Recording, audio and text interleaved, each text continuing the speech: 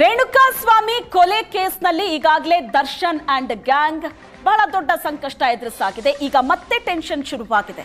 ಹೆಚ್ಚುವರಿ charge sheet ಸಲ್ಲಿಕೆ ಆಗಿದೆ. ಈ ಪ್ರಕರಣದಲ್ಲಿ 132 ಪುಟಗಳ ಈ ಚಾರ್ಜ್ ಶೀಟ್ ಈಗ ಸಲ್ಲಿಕೆ ಆಗಿದ್ದು ಮತ್ತೆ ಡಿ ಗ್ಯಾಂಗ್ಗೆ ಸಂಕಷ್ಟ ಎದುರಾಗ್ತಾ ಇದೆ. ಕೊಲೆ ಕೇಸ್ನಲ್ಲಿ ದರ್ಶನ್ಗೆ ಮತ್ತೆ ಟೆನ್ಷನ್. ಕೋರ್ಟಿಗೆ ಹೆಚ್ಚುವರಿ ಚಾರ್ಜ್ ಶೀಟ್ ಸಲ್ಲಿಕೆ ಆಗಿದೆ. 132 ಪುಟಗಳ ಚಾರ್ಜ್ ಶೀಟ್ ಅನ್ನ ಪೊಲೀಸರು ಸಲ್ಲಿಕೆ ಮಾಡಿದ್ದಾರೆ. ಏನೇನಿದೆ ಇದರಲ್ಲಿ? ಎಫ್ಎಸ್ಎಲ್ ರಿಪೋರ್ಟ್ನ ವಿವರವನ್ನ ನೀಡಿದ್ದಾರೆ ಪೊಲೀಸರು. ಶೆಡ್ನಲ್ಲಿ ತೆಗೆದಿದ್ದ ಫೋಟೋ ಡೀಟೇಲ್ಸ್ ಇದೆ. ರೇಣುಕಾಸ್ವಾಮಿ ಮೃತದೇಹದ ಫೋಟೋಸ್ ಇದೆ. ಪೋಷಕರಿಂದ ಪಡೆದಂತ ಫೋಟೋ ಹೋಲಿಕೆ ಎಫ್ಎಸ್ಎಲ್ ಸಾಕ್ಷ್ಯಗಳನ್ನ ಒಳಗೊಂಡ ಆರೋಪ ಪಟ್ಟಿ ಸಲ್ಲಿಕೆ ಆಗಿದೆ. ಬಾಕಿ ಇರೋ ಎಲ್ಲಾ ಮಾಹಿತಿಯನ್ನು ಕೂಡ ಪೊಲೀಸರು ನೀಡಿದ್ದಾರೆ.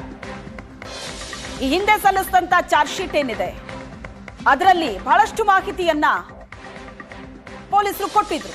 ಅದರ ಜೊತೆಗೆ ಒಂದಷ್ಟು ರಿಪೋರ್ಟ್ಗಳು ಬರಬೇಕಾಗಿತ್ತು, ಇನ್ನೊಂದಷ್ಟು ಮಾಹಿತಿಗಳನ್ನ ಸಂಗ್ರಹಿಸಬೇಕಾಗಿತ್ತು. ಹಾಗಾಗಿ ಈಗ ಆ ಎಲ್ಲಾ ಮಾಹಿತಿಯನ್ನ ಒಳಗೊಂಡ ಹೆಚ್ಚುವರಿ ಚಾರ್ಜ್ ಶೀಟ್ ಸಲ್ಲಿಕೆ ಆಗಿದೆ. ಈ ಚಾರ್ಜ್ ಶೀಟ್ 132 ಪುಟಗಳ ಚಾರ್ಜ್ ಶೀಟ್ ಇದೆ. ಎಫ್ಎಸ್ಎಲ್ ಸಾಕ್ಷ್ಯಗಳಿದೆ, ಹಲವು ರಿಪೋರ್ಟ್ಗಳಿದೆ, ಇದರಲ್ಲಿ ಫೋಟೋ ಸಾಕ್ಷ್ಯಗಳಿದೆ.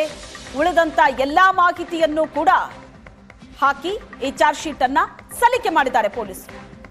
ಕೋರ್ಟಿಗೆ 132 ಪುಟಗಳ ಹೆಚ್ಚುವರಿ ಚಾರ್ಜ್ ಶೀಟ್ ಪೊಲೀಸರಿಂದ ಸಲ್ಲಿಕೆ ಆಗಿದೆ.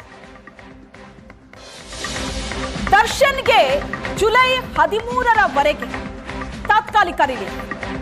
ಬೇಲ್ ರದ್ದು ಅರ್ಜಿ ಮುಂದೂಡಿದೆ ಸುಪ್ರೀಂ ಕೋರ್ಟ್. ಜಾಮೀನು ರದ್ದು ಕೋರಿ ಪೊಲೀಸರು ಹಾಕಿದಂತ ಅರ್ಜಿ, ಹೈಕೋರ್ಟ್ ನೀಡಿದ್ದ ಜಾಮೀನನ್ನ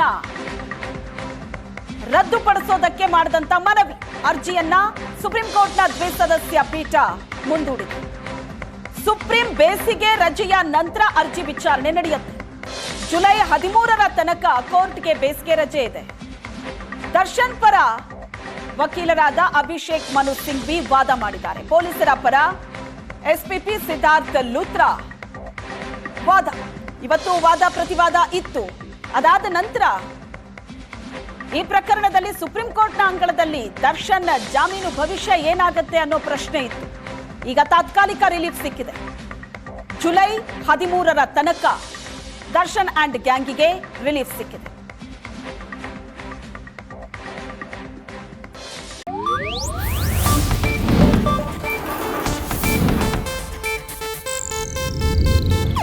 ಇದು ಏಷ್ಯಾನೆಟ್ ನ್ಯೂಸ್ ನೆಟ್ವರ್ಕ್ ಪ್ರಸ್ತುತಿ.